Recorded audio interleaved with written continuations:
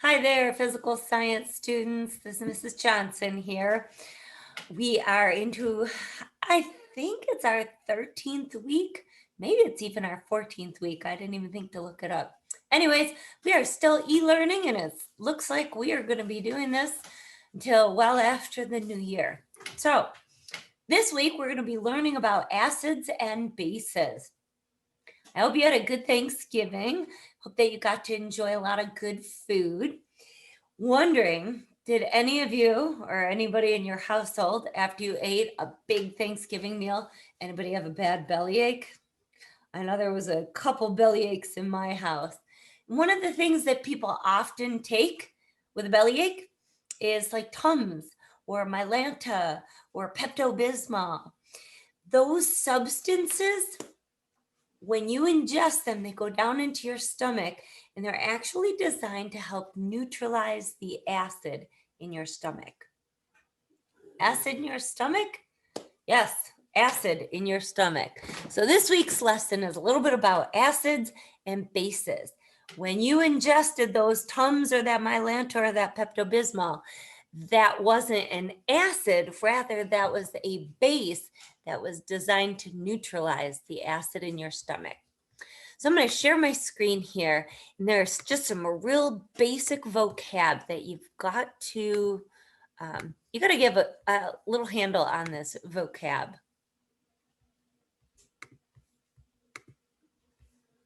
So moving through here, looking at our vocab, we have acid, base, neutral, pH scale, and pH level that I want to take a little look at. We can hop right back here. So our first word is an acid. So an acid has many hydrogen ions and it splits apart in water to release these hydrogen ions. Now think back to weeks before. Hydrogen is an element on the periodic table. It has one proton. If an acid has many hydrogen ions and they split apart, it releases those one proton hydrogens into the water. That's the definition of an acid. I'll be honest with you, that definition doesn't mean a whole lot to me until we start to do the lab in a little bit.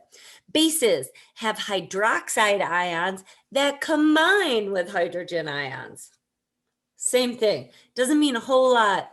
Wait until we get into the lab.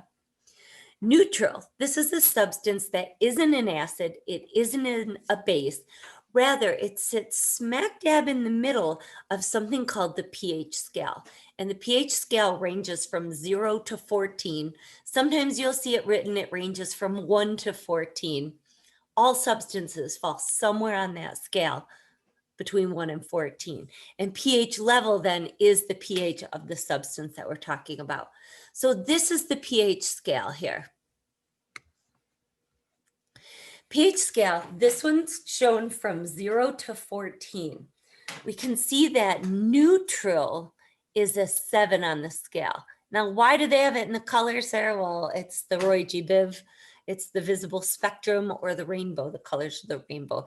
The colors don't necessarily pertain to the actual number. It's just to help you see the different numbers.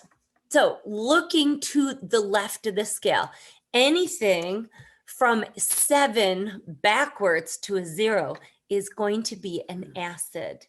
And anything that has a pH from 7 up to 14 is going to be, well, they've put the word alkaline. That's another name for a base. So what you're going to do this week is you're going to click on this link. You're going to go to the PHET pH simulation. I'll show it to you in just a minute. You also need to download the lab sheet off of my class page. Complete the lab as you go through the PHET simulation. So let me bring up the PHET simulation. Here's the PHET simulation. So you'll click on that link and this is what you've got. Here's our acid base pH scale. Remember, another name for a base is called alkaline. 7 is neutral. So I've got all these different substances that you can choose from. Now let's start with water because that's what they gave me. I can hold that little button down. I can fill it up. And I'm going to take my pH indicator. I'm going to drag it over and drop it in there. And looking over to the left, it's telling us that most water has a pH of 7, which would be neutral. Water is not an acid. Water is not a base. That's why water can be used to dilute an acid or a base. Let's take a look at another one. How about chicken soup? I'm sure lots of you guys had turkey soup after Thanksgiving. So to get the chicken soup into my container to test its pH, I have to push the red button. I slowly fill it up and bam, my little indicator over here says that the pH of chicken soup is 5.8. Right? So for this lab, what you're going to be doing is the first thing you're going to do is you're going to try and guess if these different items are an acid or a base. Then you'll go through and test each of them in the lab. And then you'll do just a little bit of analyzing. Okay, next week we will be playing with some of these different substances in the little litmus paper strips that were sent home to you. That's all I have for this week. Make sure you go through the PhET, do the lab, and submit it. Stop into my office hours if you want any help with that PhET simulation. I'd love to go through it with you. Hey, have a good week.